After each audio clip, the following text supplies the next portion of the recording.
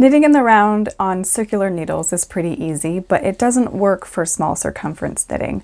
For that, you have two options: magic loop and double pointed needles. I favor double pointed needles, and for very small circumference knitting, it's really the only option. Today we're casting on for this football pattern, which is free via the link in the description box. So you can see here we already have our 8 stitches cast on.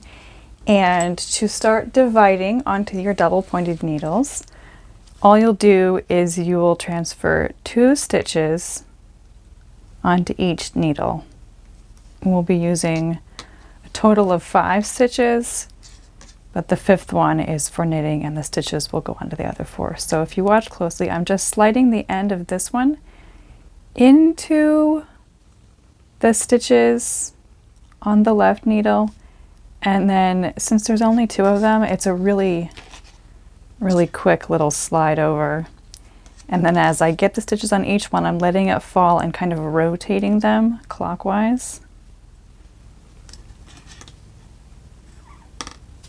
so that they go into an array. And then on this last one, I'll slide them to the middle of it so I don't have to worry about them falling off. And since we did that very carefully, all of the stitches are facing, well, the base is facing inward, the stitches are facing outward, just like they need to be so they're not twisted. So then we would simply bring these 2 together and join there. You would want to make sure the working yarn is at the top so you can actually use it right here. If they were to get all scrambled up, oh no, what do I do? You can sort it out still without having to undo everything. And all you have to look at is the purl bumps at the bottom from where you cast on. Start from where your tail end is, and then the next one is here, and then I'm like, where am I? Here's the next one, and then this one simply needs to be rotated outwards, and there we are in order again. Then grab your knitting needle, whether you're doing a total of 4 or 5, the technique is the same. If I only had 6 stitches, I would probably be using 4 instead of 5. All right, so here we are again. Make sure they're in the right order. Yes, they are. Turn that one inwards a little bit, and then start knitting.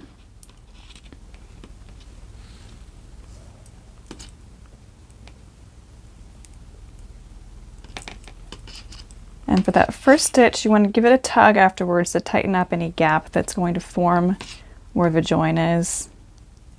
For this one, since it's such a small opening and it's going to be cinched closed at the end, it's not that big of a deal, but I do still want it to be as tight as possible. And then you see after I finish one needle, I simply move on to the next. Once you've got that join, you don't have to worry about them getting twisted anymore. And luckily for this pattern, we will be gradually increasing the stitch count as we knit along, so it doesn't always stay this small. So after you finish one, you simply move this needle to your left hand, move on to the next, slide that down, knit those 2,